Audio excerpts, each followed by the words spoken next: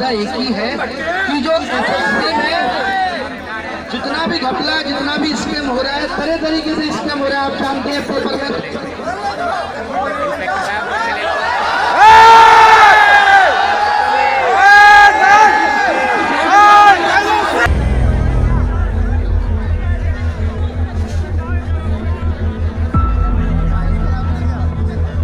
जिस फील्ड में हम हैं, कम से कम उस फील्ड को हम सही कर पाएं। एसएससी में अगर हम हैं तो एसएससी का एग्जाम टाइम से हो पाए, एसएससी की ज्वाइनिंग टाइम से हो पाए। इतना पोस्टपोन्ड एग्जाम हो रहा है, इतना पोस्टपोन्ड एग्जाम हो रहा है। आपने क्या समझा हुआ है? एग्जाम देना मजाक है? बच्चे का एक मूड होता है, वो उसके लिए अपना एक मूड प्रिपेयर करता है, तब कहीं जाके वो एक एग्जाम में बैठता है और अच्छा परफॉर्म कर पाता है। शिकायत यह है कि मोदी जी आजकल इतने मोदी जी ने इंटरव्यू दिए, पिछले 3-4 साल से मैं लगातार मोदी जी के इंटरव्यू फॉलो कर रहा हूं और देखता हूं कि बहुत अच्छे प्रधानमंत्री हैं, लेकिन मोदी जी ने किसी भी वीडियो में, किसी भी इंटरव्यू में रोजगार की बात नहीं की। रोजगार से वो बचते जा रहे हैं और मोदी जी ये कहते हैं कि हमारा देश युवाओं के हाथ में, आगे आने वाला भविष्य युवाओं के हाथ में होगा। कौन से युवाओं के हाथ में होगा जो आज रोटी के लिए परेशान है? 2.5 करोड़ लोग आरआरबी, एनटीपीसी, 40-50 लोग सीजीएल, ये सब कितना सफर कर रहे हैं। 3-3 साल से बिना नौकरी के बैठे हैं। 2-3 तो मेरे सामने बैठे हैं अभी, मैं आपको बता दूं, जो सिर्फ रिजल्ट का वेट कर रहे हैं। प्री क्वालिफाई कर दिया, रिजल्ट नहीं आता। 850 दिन हो गए सिंस नोटिफिकेशन। इसको छोड़ दो, ये तो 2018 का एग्जाम है। क्या 2017 में सबकी ज्वाइनिंग आ गई? 17 का एग्जाम 2021 आने को है। 4 साल में आप एक नौकरी की ज्वाइनिंग नहीं दे पा रहे। आप पूरे देश का चुनाव 1 महीने में खत्म करा देते हैं। ये हमारा देश के प्रति, देश के युवा के प्रति रुझान है सरकार का। इतना मन दुखी हो चुका है और अब होने वाला कुछ है नहीं। अब या तो कुछ एक बड़ा आंदोलन हो। मीडिया से तो आप उम्मीद छोड़ दीजिए, ये भी छोड़ दीजिए कि मीडिया अगर 2-4 बातें बोल भी देगी तो कुछ होगा नहीं। मीडिया के साथ तो हमें ये करना है, बॉयकॉट मीडिया। आज से हम कोई न्यूज चैनल नहीं देखेंगे, आज से हम कोई भी न्यूज की वीडियो नहीं देखेंगे।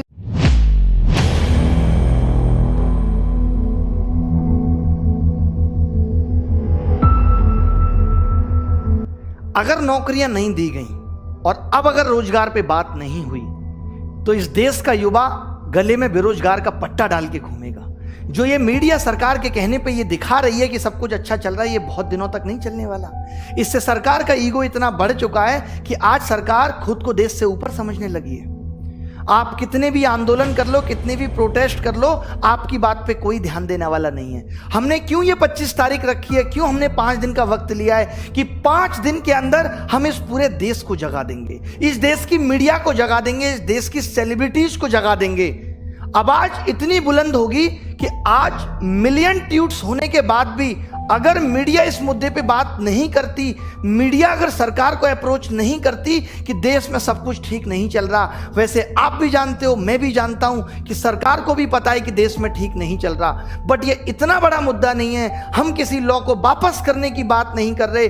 मोदी रोजगार दो, ट्विटर पे जो ट्रेंड कराने की बात हुई है, उस बात का इतना सा मतलब है कि सरकार अब शिक्षाविदों से भी बात करे। सरकार एक ऐसी कमेटी टाइम लिमिट में बना दे 10 दिन के अंदर, जो ये ऐसे लोगों से पूछे कि आखिर प्रॉब्लम है क्या। एग्जाम में 80% कट ऑफ का जाना ये दर्शाता है कि आपको पेपर लेना ही नहीं आता। 18 तारीख वाले मेंस में बच्चों के 200 नंबर आने के बाद भी सिलेक्शन ना होना क्या साबित करता है? कि जान निकाल के रख दो पेपर के अंदर। कल जब से 18 का रिजल्ट आया है, 19 का 2019 एग्जाम में 18 तारीख वाले बच्चे इस तरीके के मैसेज कर रहे हैं कि सर मैं सुसाइड कर रहा हूं, मुझे बचा लो। रात के 3 बजे तक मैं 25 बच्चों से बात करके कन्विंस कर रहा हूं कि इंतजार करो, कुछ करेंगे। सर मैं सुसाइड की सोच रहा हूं, बचा सकते हो तो बचा लो।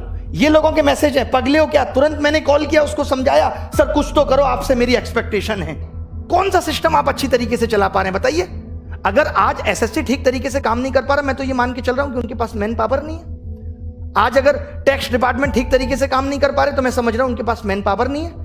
आज प्राइमरी स्कूल का बच्चा ठीक तरीके से शिक्षा नहीं ले पा रहा है, तो उनके पास टीचर्स नहीं है।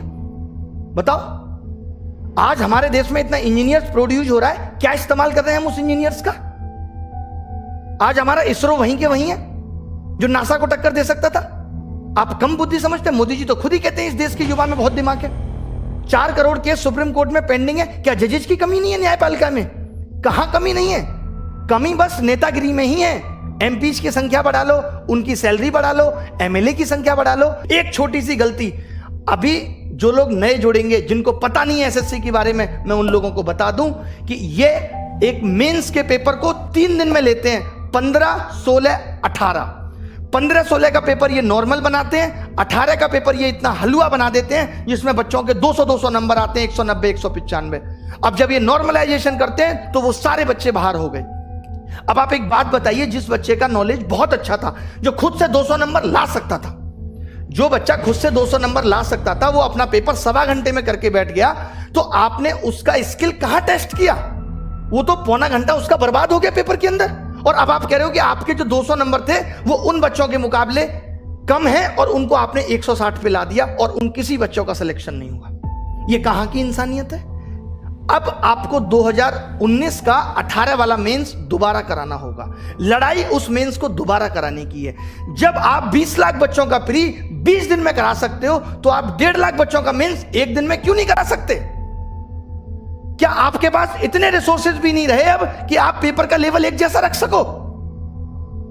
मतलब आपने एग्जाम का मजाक बना दिया है, क्योंकि आपको करप्शन करना है, और करप्शन को दबाना कैसे है, ये सबसे अच्छा तरीका है। क्योंकि जब बच्चा पेपर दे के आता है तो उछलता है हवा में, 190 का कराया, 3 महीने बाद रिजल्ट देते हो, उसका सारा हौसला टूट चुका होता है। 190 नंबर का 200 नंबर का 200 में करने के बाद भी अगर सिलेक्शन नहीं हो रहा तो इसके लिए कौन जिम्मेदार है? पिछले 2 साल से लगातार कट ऑफ 80% जा रही है, इसके लिए कौन जिम्मेदार है? कॉम्पिटिटिव एग्जाम में 80 नंबर कट ऑफ जाना कितना सही है? क्या आप पेपर का स्तर नहीं बढ़ा सकते जिससे आप उन बच्चों को भी सेलेक्ट कर पाए जिनके अंदर वास्तव में टैलेंट है? अगर एसएससी अपने एग्जाम में ABCD देने लगे तो कैसे ये निर्धारित होगा कि कौन बच्चा जॉब के लायक है और कौन नहीं?